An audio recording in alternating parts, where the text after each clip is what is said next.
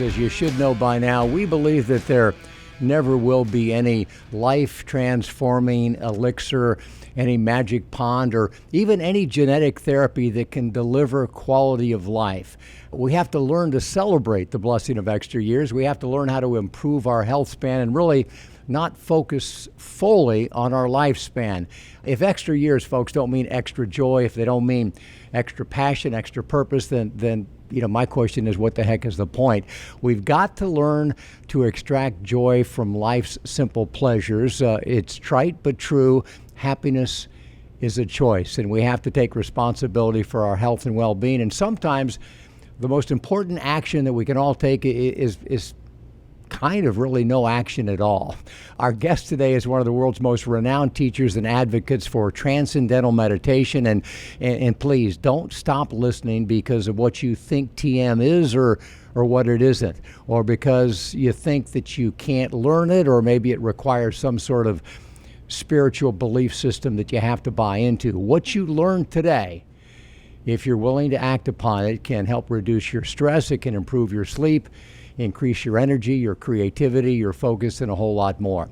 Now, his name is Bob Roth, and I think you could argue pretty convincingly that he is the GOAT, the Michael Jordan of Transcendental Meditation. In fact, over the past 50 years, he has taught TM to many thousands, including billionaire CEOs and Hollywood celebrities. He is the author of the definitive book on the subject, the New York Times bestseller, Strength in Stillness, The Power of Transcendental Meditation.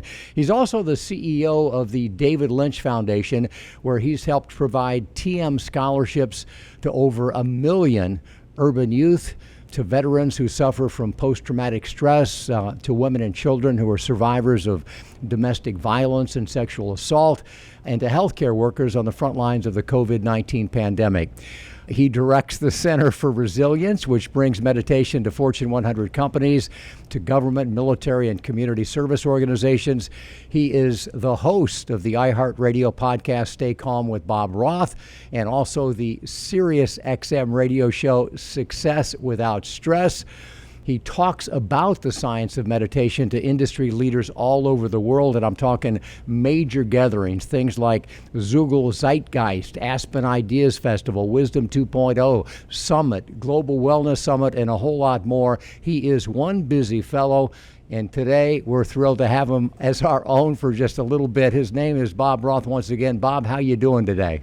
I'm doing really well, and it's wonderful to be on your show, and that was an extraordinarily long introduction, but I appreciate being on your show a lot. And I appreciate you and your perspective, just that opening comments about what we need, just encapsulated as human beings, encapsulated the message of our time. I think it encapsulated the message of our time. Thank you for what you said. We look at life through, a prism of passion and purpose and possibility, not simply loss and limitation. I always say we don't deny the reality of our mortality. I mean, that would be ridiculous, but so much more is possible. And what you do, what you teach people is one of the tools we can all use. So if you will, sir, and I know you can speak at a very high level about this, but can we start with the basics? What is TM? And maybe as importantly, what is it not? So it's a wonderful question, and I want to begin by just reassuring your audience, skeptics among you, and I myself am by nature a skeptical person. I mean, I'm not a cynic that I never get out of bed, but I love I love big ideas, but I like them to be based in reality and science. And I just want to make this point that when we're talking about transcendental meditation or meditation, there are many different types, but the one I teach, we're just talking about accessing a level of quiet and calm that every human being already has deep within the mind. That's an important point. It's not something we have to believe in, fabricate, visualize. The hypothesis is, Mark, is that every human being, by virtue of being human, has a level deep within right now, where the mind is calm and steady and clear and alert. Like an ocean has choppy waves on the surface, but is silent at its depth. Mind, by analogy, is the same. Surface of the mind, you could call it the monkey mind or the gotta. I call it the gotta mind. I gotta do this, and I gotta call him, and I gotta call her, and I gotta make a list, gotta find all the gottas that we all have. And it's a natural human desire to say, I'd like, just no matter what, some inner calm, some inner equanimity, some inner silence, some inner wakefulness. And the operative word there is inner. And the question is there such a thing as an inner? And if so, how do we get there? So different meditations try to create calm in different ways. I'm answering your second question first. There's some types of meditation that tell you to clear your mind of thoughts, force out thoughts. It's called a focused attention. It's like the idea would be you want to have a calm ocean, Mark. What disrupts a calm ocean? Waves. So stop waves and you have a calm ocean. If you want to have a calm mind, what disrupts a calm mind? Thoughts. So stop thoughts. You have a calm mind. Impossible in both situations, pretty much. Another type of meditation is called open monitoring or mindfulness, and that teaches us to live in the moment. Don't be disturbed about something that may have happened 5 years ago today. Don't be back there. Dispassionately observe. This is a mindfulness meditation. Dispassionately observe your thoughts, your moods, your feelings. It's like watching the waves rise and fall and not getting too worked up about either. Transcendental meditation says thoughts, all that stuff on the surface of the ocean are on the surface of the ocean. But the ocean has this vertical dimension. And deep within the ocean is, I said, a level where the ocean is by its nature calm, settled, alert. No, not alert, but calm and settled. Analogous to the mind. Surface of the mind, as I said, is that turbulent, so much going on in our life, so much pressure. We're worried about our son or daughter or mother or grandmother or something at work or my job, this, that. Plus, there's that internal questions we have. I've got all this success. I'm not enjoying it. I'm too stressed, anxious to enjoy my family, to enjoy the work I've done. So transcendental meditation gives access to that field that lies within everyone in the most simplest and effortless way. If it wasn't called transcendental meditation, it was called technique X. You say, well, fine, whatever. Meditation and transcendental can be sort of a little bit strange, but so forget vocabulary.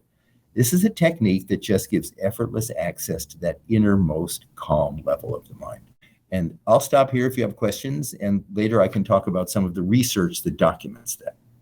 Well, that was actually one of my next questions. So before we talk about what you're able to share with us about technique that allows us to access that depth, assuming that we can get there, Bob, what does research show? How does it impact either our psychological or our physiological well-being? Well, that's a wonderful question. It was only about 10 or 15 years ago that we take it for granted now. You say, well, there's mind-body medicine, or an athlete visualizes hitting 100 free throws in a row, or, hitting a home run is visualization. There's that notion, that understanding now that mind and body are not separate. There's not a door for the mind. You have something, you see something horrific, and then there's a door that maybe gets into your body. It's a continuum. Whatever you see impacts your body, positive or negative. Whatever is happening to your body impacts your mind, positive or negative.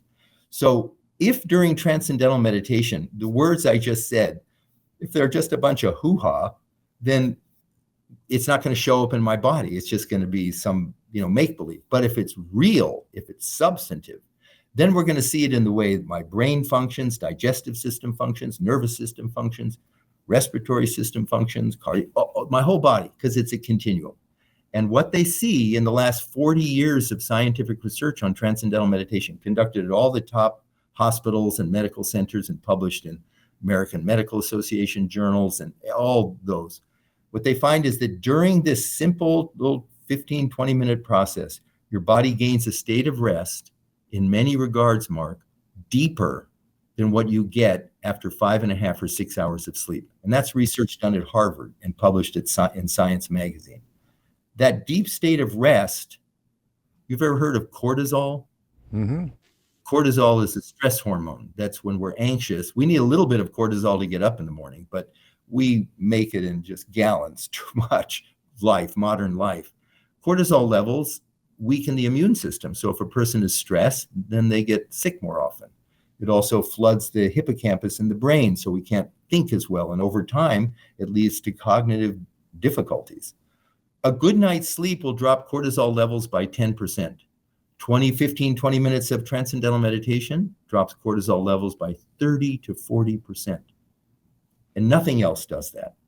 And the American Heart Association and the Department of Defense have given $30+ million to study the effects of TM for its benefits for reducing high blood pressure, anxiety, depression, post-traumatic stress among soldiers. So there's a huge, and it changes the way it makes the brain work together in a more integrated way. So our memory improves, our problem solving improves, a huge constellation of changes. And I think within a couple years, TM is going to be offered in healthcare insurance companies because of the documented benefits that it has to all these concerns.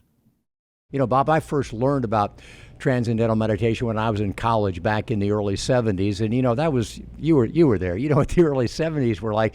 It's easy for a lot of people, I think, to think that there is some sort of connection between transcendental meditation and, you know, I don't know, Timothy Leary and psychedelics and particularly our generation.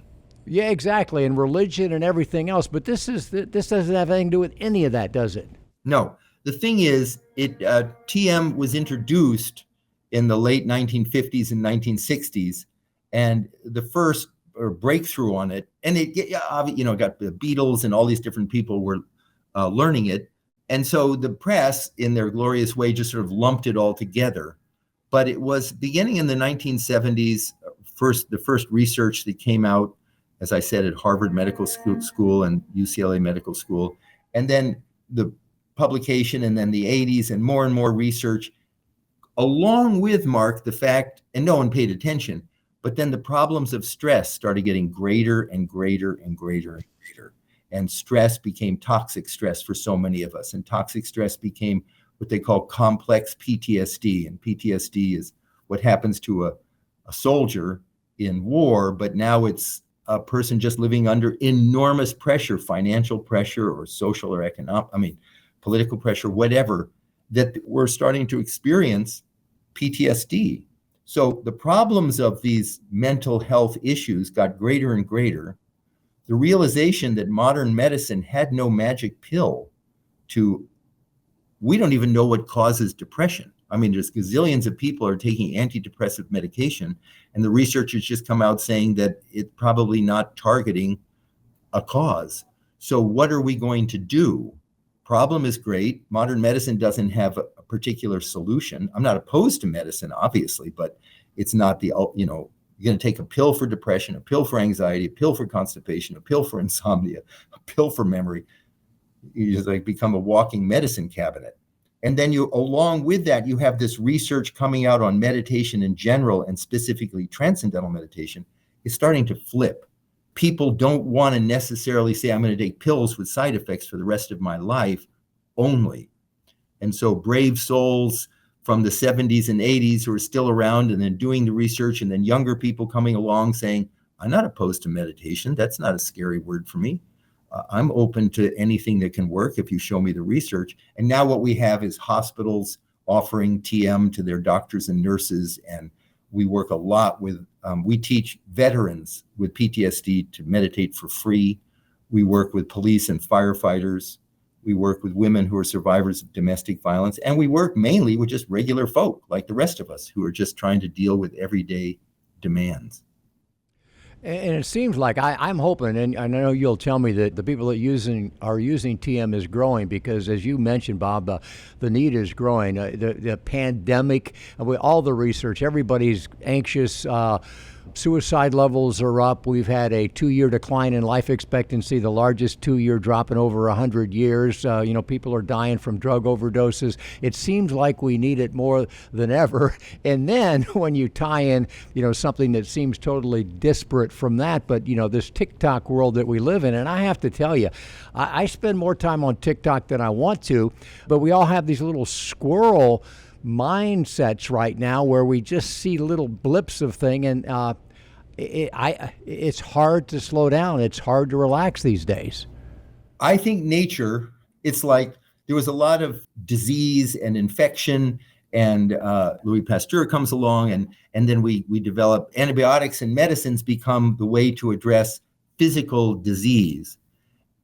Now we come across a mental health issue, which is tied to physical. Again, insomnia, anxiety, all these different things. So where is that solution going to come from? I mean, antibiotics came out of its own tradition of herbal medicines and things like that from the past. I feel that when it comes to mental health, it's not an infection in the arm. It's not a virus in the lungs or a bacteria that gets into a wound in your knee. It's a lot of it is the world has gotten simply too intense. The human nervous system was not designed, as it is, waking, dreaming, sleeping, to handle the degree of pressure, unrelenting pressure on this. And the way it breaks out, the way it shows up, is not that there's, pus in my leg where the cut was. It shows up in, I can't sleep. It shows up in, I'm anxious all the time. It shows up in suicidal tendencies. It shows up in substance abuse. That's the expression of it. And I think the reason, and you talked about it, Mark, is we don't have a way to help the body heal itself. And the body heals itself best under stress through something as simple as rest. And the deeper the rest, the better, because when the system can settle down to a deep state of rest, then the sympathetic nervous system, which is your fight or flight response, it can calm down. Your cortisol levels can come down. The amygdala, which is your emotional fear reactivity center, can calm down. All happens through transcendental meditation. Doesn't happen through a pill. So I think you're going to see a transition where society is going to have to build in the workforce, corporations, and it's already starting to happen. Here's a meditation room, or if you want to call it a quiet time room. Take 20 minutes at the end of the day before you go home to be with your family and decompress and reduce the cortisol levels and be more balanced. So I think what this is forcing is restoring balance in life, because we've gone way overboard when it comes to activity and we get addicted to it. And now we don't need to become recluses, monks. We just need to have balance. We're talking with Bob Roth about transcendental meditation, which is kind of like talking to Albert Einstein about the theory of relativity, although a whole lot easier. Really pushing. I'm pushing it a whole lot easier to understand. All right, so let's talk about, because I'm confused. Do I need a one-on-one teacher to learn how to engage in TM? Can I learn it online? We have all heard about a mantra. How does it work? What do we need to do to get started? There are gazillions of meditation. The word meditation just means thinking. So you can have equine meditation, which is meditate or walking meditation and just thinking while you're walking, thinking while you're horseback riding, mindfulness meditation where you're watching your thoughts. Transcendental meditation, transcend, big fancy word, it just means to settle down. And in the dictionary it says to go beyond ordinary human limitations. And are you a sports guy? Do you like sports? I do, yeah. I was a sportscaster for years, and I compete in 2 different sports. So we love transcendent moments watching sports when something just, you see an athlete just does something that just goes, oh my gosh. We love those. We love going to a concert. Oh, just surprise. Oh my gosh. Or holding a newborn child, those moments that just break boundaries. And inside is a level where the mind is not bound. It's not, it's expanded. It's that transcendent level of thinking that, again, I want to emphasize, just me. It's not going someplace. It's just me. So to access that, to settle down and experience that, it does take a teacher who's trained to give you what's called a mantra. It's a fancy word. It just means sound, or it's a word. It's a couple syllables and has no meaning associated with it. And then the teacher will give you that sound one-to-one, so you're not with a group, and then teach you how to use it properly. And that, while easy, is so subtle because we're learning how to give the attention of the mind in inward direction. Instead of, like you teach a child how to dive, you say, honey, take the correct angle, and then gravity takes over. So if I were to teach you TM, or another certified teacher were to teach you TM, it's not like a little quick fix, like, pop up an Advil. And it's also not complicated. It does take human to human instruction to be sure you're doing it right. If people don't want to do that, they can do something online, but it doesn't have nearly the same effect. And we've tried doing stuff online, and it just doesn't work. You want to be with the person, and they have a question, and then you answer it, and you have a question, and you answer it. Like having a mentor. If you want to learn how to play piano, you can learn yourself, or you can have someone come in and give you some tips, or to become a great swimmer like you are and were. It helps to have a mentor. And with TM, just an hour a day over 4 days, and then you're done. So where do we find that mentor? How do we learn more, and how do we get connected with somebody? Go to tm.org. Transcendental Meditation is a nonprofit educational organization, tm.org. And you can pull down a window that will say, I live in El Paso. Where do you live? I live in Central Florida, Orlando. Orlando. So you look Orlando, and you'll find out where there's a teacher there. And then you can call up the teacher and say, I heard this guy talking about TM. He had this long-winded biography. and then you can ask some questions, and you can find out more.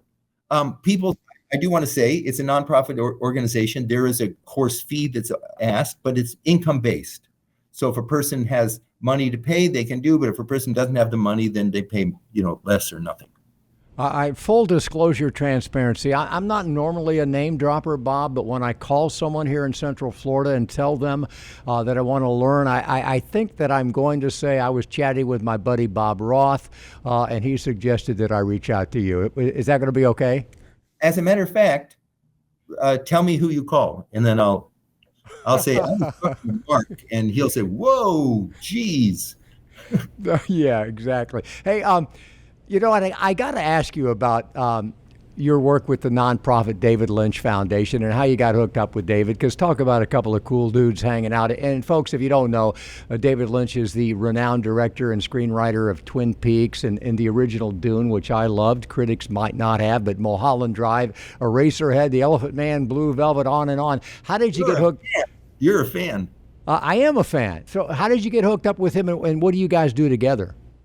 Well, I've been teaching this for 50 years and seen the arc of people never wanting to talk about meditation and now talking about it all the time.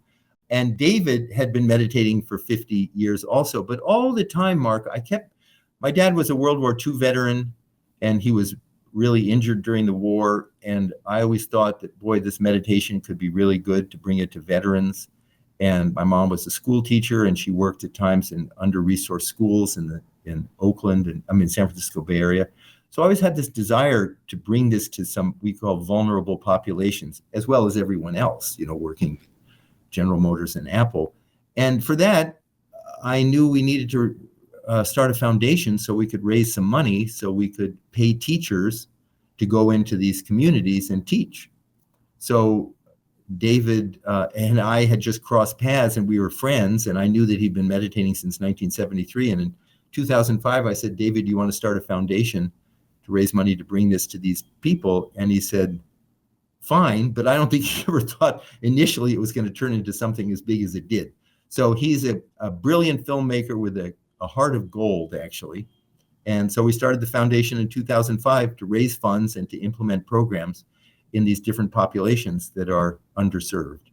And it's been very satisfying. We've taught now 1 million kids and veterans and public school teachers, and right now there's a big focus on doctors and nurses and other healthcare workers working in emergency departments and ICU departments of hospitals. So yeah, it's very satisfying. Well, so many people around the world have been blessed by the work that you're doing with David Lynch. So thank you for that. And I always feel remiss if I forget to ask somebody like you, just kind of a big brain thinker, what's the takeaway? What's the moral of the story? And maybe it doesn't have to have anything to do with TM. Just in general, Bob, what have you learned about life that you feel like we all should know and understand? You get our life through this. You get from A to B in a car. You take good care of your car so it doesn't break down as you're traveling. We put so much time and attention in car, but this is our car.